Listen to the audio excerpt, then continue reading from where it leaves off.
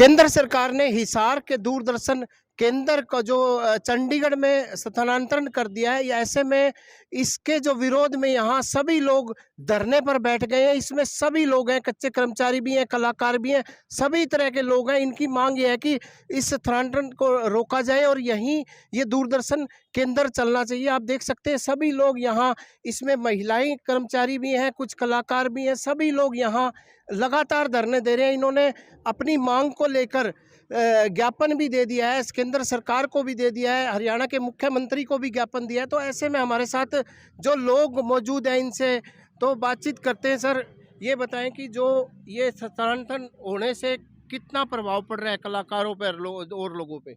देखिए, ये हरियाणा का एकमात्र ये दूरदर्शन केंद्र था। अगर इस दूरदर्शन को चंडीगढ़ शिफ्ट कर दिया जाएगा तो कलाकारों के ऊपर नहीं, पूरे हरियाणा की जो संस्कृति है उसका पतन हो गया है।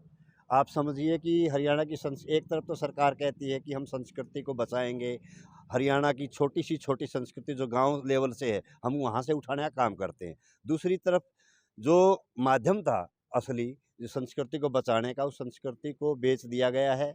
और ये बड़ा ही दुखदाई है हमारे प्रदेश के लिए कि न तो आज विपक्ष के लोग न सत्ता पक्ष के लोग कोई भी नहीं बोल रहे हैं, जबकि हरियाणा प्रदेश की जनता ने 10 के 10 सांसद भारतीय जनता पार्टी के जिताने का काम किया था। पता नहीं उन लोगों की आत्मा आज कहाँ सोई हुई है या उनकी आत्मा मर गई है।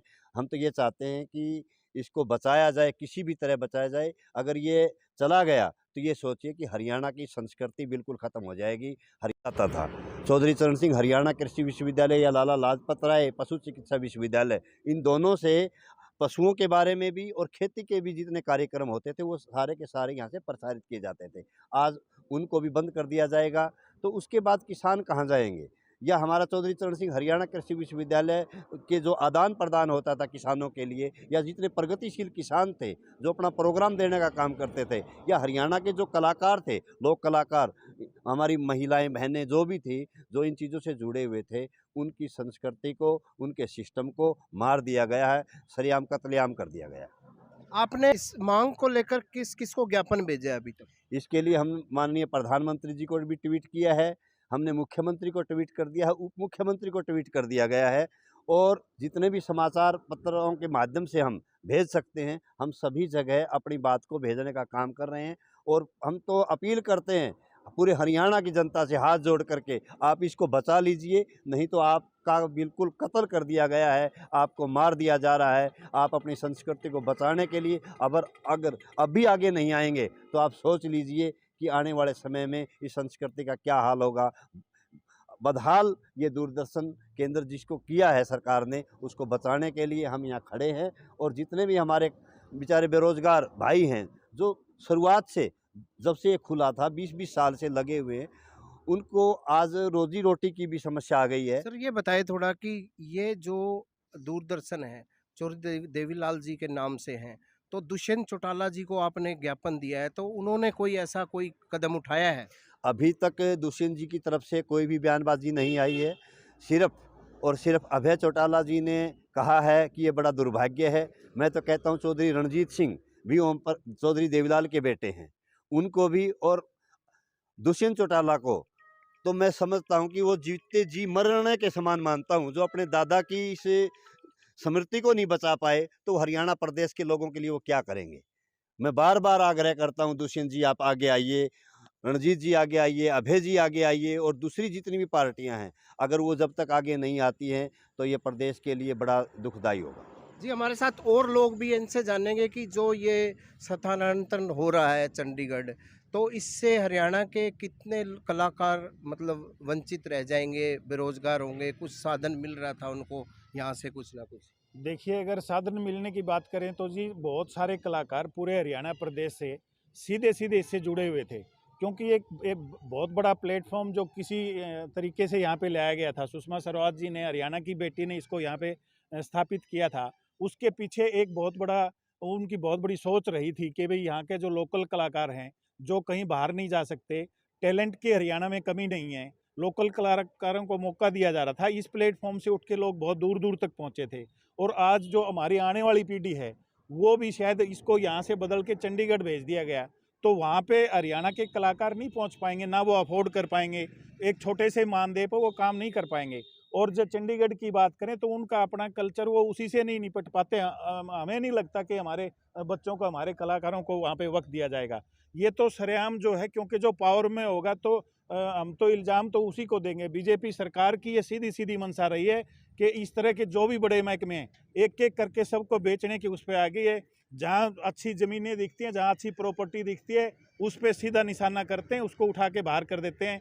उसके पीछे जिनकी रोजी रोटी जुड़ी हुई है, आज जो हरियाणा के इतने कलाकार हैं जो यहाँ से आते थे, अपनी कला भी दिखा पाते थे और प्लस वो यहाँ से कुछ अर्न भी कर पा रहे थे। हमारी महिला बहनें जो हैं, हमारे कैजुअल साथी हैं, 40-50 लोग यहाँ से जुड़े हुए हैं, जिनका यहाँ से काम भी चल रहा था, जो यहाँ से 20 साल से जुड़े हुए थे, जिन्होंने इस दूरदर्शन को अपने खून से सींचा, हम कहेंगे, क्योंकि फाउंडर जो यहाँ के अनाउंसर एंकर थे, उन्होंने जी जान लगाया था इसके लिए, पूरे हरियाणा में संस्कृति को उठाने का काम किया था। ये बीजेपी सरकार जो बड़ी ढकोसले करती है, संस्कृति उठाने के लिए बोलती है, इतने बड़े बड़े करोड़ों रुपए ये खर्च करते हैं, इतने बड़े फंक्शन करते हैं कि भाई संस्कृति को आगे बढ़ाना है, आगे वाली पीढ़ियों तक लेके जाने की बात है। और अगर इस तरह के बड़े संस्थान को यहाँ से उठा के चंडीगढ़ शिफ्ट कर दिया गया, तो मैं तो नहीं मानता कि आने वाली पीढ़ियों को हम बता पाएंगे कि हमारी एक्चुअल हरियाणवी संस्कृति है क्या। हमारे बार त्यौहार के हैं, हमारे खाने पीने के हैं, हमारे ओढ़ने पहनने के हैं, क्योंकि जो आने वाली जनरेशन है उसको, उनके पास माध्यम नहीं है, उन तक ये संस्कृति आगे बढ़ाने की जो अच्छी चीज़ें हैं वो यहाँ से वंचित हो जाएंगी। और कलाकार तो जितने भी यहाँ से थे, पहले वाले तो गए, आगे आने वाली भी पीढ़ियाँ भी, एक बड़ा संस्थान है जीजेयू, यहाँ से मासकॉम वगैरह जो बच्चे करते हैं उनको यहाँ ट्रेनिंग दी जाती थी, उनके लिए भी ये बड़ा माध्यम था। लेकिन ये सारे माध्यम खत्म हो जाएंगे और मुझे नहीं लगता कि आने वाले समय में आने वाली पीढ़ी इस संस्कृति के बारे में सोच भी पाएगी कि कितनी अच्छी संस्कृति थी, वो विलुप्त होने के कगार पे पहुंच जाएगी। जी, हमारे साथ विवेक जी भी हैं, क्योंकि ये किसानों के प्रोग्राम यहाँ से देते आए हैं, कई प्रोग्राम इन्होंने दिए। तो आप बताएं जी, किसानों को किस तरह से, अगर ये स्थानांतरण हो गया तो किसानों को जानकारी नहीं मिल पाएगी आगे? बिल्कुल। ख़ास तौर से अगर बात हरियाणा की करें तो यहाँ की पृष्ठभूमि से जुड़े हुए जो किसान हैं, उनके बारे में जानकारी दूरदर्शन केंद्र हिसार के माध्यम से दी जाती रही है। चौधरी चरण सिंह हरियाणा कृषि विश्वविद्यालय के जो कृषि वैज्ञानिक हैं, उन्हें यहाँ बुलाया जाता रहा है। उनके साथ बातचीत करते हुए वो उपयोगी जानकारियाँ हमारे किसान भाइयों को मिलती रहीं, जिससे वो अपनी फसलों को न केवल उन्नत बना पाएँ, बल्कि वो समृद्धशाली भी बने। अब ये जब यहाँ से स्थानांतरित हो करके अगर ये चंडीगढ़ चला जाता है, तो ज़ाहिर तौर पर चंडीगढ़ जो है वो पंजाब के रंग में रंगा हुआ है। वहाँ ये तमाम चीज़ें कहीं न कहीं नहीं देखने को मिलेंगी। तो ज़ाहिर तौर पर जो है किसान भाइयों के लिए भी एक बहुत बड़ा लॉस मैं कह सकता हूँ कि यहाँ से हो रहा है, यदि ये यहाँ से उठ करके चला जाता है चंडीगढ़। जी, हमारे साथ कुछ महिलाएं भी हैं, क्योंकि ये भी प्रभावित हो रही है। इनसे जानेंगे कि आप क्या मांग करते हैं सरकार से? सर, मैं यही मांग करती हूँ कि दूरदर्शन हरियाणा को के अंदर एक जाना माना दूरदर्शन है, उसको यहीं रहने दीजिए, क्योंकि चंडीगढ़ में जाने के बाद कोई वहाँ कलाकार या एंकर नहीं जाएगा। और दूसरी बात, जो मास कॉम करके यहाँ यूनिवर्सिटी से जो ट्रेनिंग पे बच्चे आते हैं, वो वहाँ नहीं जा पाएंगे। और दूसरी बात कि चंडीगढ़ के अंदर पहले ही इतना मतलब जनता है, उनको ही मौका मिलेगा, यहाँ हरियाणा के बच्चों को या हरियाणा के कलाकार को मौका मिलेगा ही नहीं। जी, हमारे साथ दलबीर जी हैं, इनसे बातचीत करेंगे। आप पार्टी के वरिष्ठ नेता भी है जो इनके समर्थन में आ गए हैं, तो किरमारा जी क्या कहना चाहेंगे? हम तो यही कहेंगे, जब से ये बीजेपी सरकार आई है तब से लेके अब तक लगातार जितने भी सरकारी विभाग हैं उनको बेचा जा रहा है। जबकि मोदी जी कह रहे थे मैं इस देश को बिकने नहीं दूंगा, झुकने नहीं दूंगा। आज देश बिक भी रहा है और झुक भी रहा है।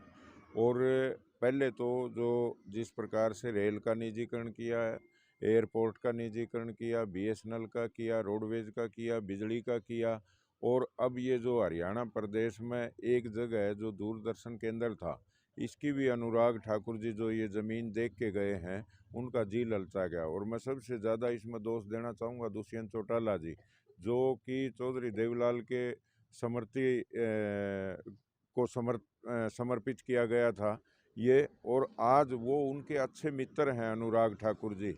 और ये दोनों मिलके न ऐसा क्या करना चाह रहे हैं कि अपने दादा का नाम ख़त्म कर रहे हैं।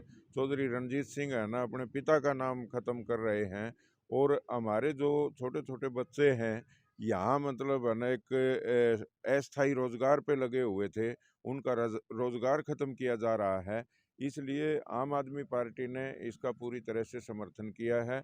और जिस प्रकार से मैं कहूँगा कि चाहे कांग्रेस सरकार ने भी विभागों को बेचने में कोई कोर कसर नहीं छोड़ी थी, लेकिन उनकी स्पीड धीरे थी और इन्होंने तेजी से मतलब है ना अपनी रफ्तार बढ़ा रखी है। जहाँ जो सरकारी संस्थान जो भी मतलब कहीं नज़र आता है, बीजेपी सरकार उसको है ना छोड़ना नहीं चाहती। हम जनता से अपील करते हैं कि ये जो इस प्रकार की सरकारें नहीं, सही मायने में तो ये पूंजीपतियों के दलाल हैं। और जिस तरीके से इस देश की जनता को जो 75 साल में लगातार जो विभाग बनाए उनको बेचने का काम जो मोदी जी और बीजेपी की जो सरकार कर रही है, इससे सावधान होते हुए हर किसान को, मजदूर को, कर्मचारी को, छात्र को, महिलाओं को, सबको इकट्ठे होके एकमत होके और बीजेपी सरकार के खिलाफ आवाज़ उठानी चाहिए और इन विभागों को बचाने की ज़रूरत है। क्योंकि ये नो लॉस और नो प्रॉफिट के विभाग हैं, जिससे चाहे आज जिस प्रकार से हमारे साथियों ने बताया कि जो किसानों को जानकारी दूरदर्शन केंद्र के माध्यम से दी जाती थी, अब वो चीज़ नहीं होगी। वो कहीं इसको चंडीगढ़ लेके जाना चाहते हैं, यहाँ से कोई वैज्ञानिक चंडीगढ़ जाना बड़ा मुश्किल हो जाएगा। तो हम ये कहना चाहते हैं कि ये जो यहाँ दूरदर्शन केंद्र को उठाया जा रहा है, इसको तुरंत प्रभाव से रोक दिया जाए ताकि इन बच्चों का रोजगार बचे और जो जनता को मिलने वाली जो जानकारियाँ हैं वो प्रभावी रहे। अच्छा, ये बताइए जी, अंतिम सवाल ये है कि अगर मांगे पूरी नहीं होती तो आगे किस तरह का अगला कदम उठाया जाए? देखिए, जब तक मांगे हमारी पूरी नहीं होती, इसका हस्तांतरण नहीं रुकता, तब तक हम लगातार धरने पर बैठे रहेंगे और अंत में हो सकता है कि हमें आमरण अनशन भी करना पड़े। अगर हमारी मौत भी अगर यहाँ हो जाए, हम पीछे नहीं हटेंगे, हम मरने के लिए भी तैयार हैं। अंत में हम आमरण अनशन पर बैठने का काम करेंगे। जी, यहाँ के लोगों ने अब ये धरने पे बैठे, इन्होंने यही कहा है कि हमारा मांग पूरी नहीं होती, स्थानांतरण को रोका जाए, अन्यथा यहाँ लगातार धरना जारी रहेगा, अनशन भी किया जाएगा, लगातार धरना जारी रहेगा। प्रवीण कुमार, हरियाणा तक, हिसार।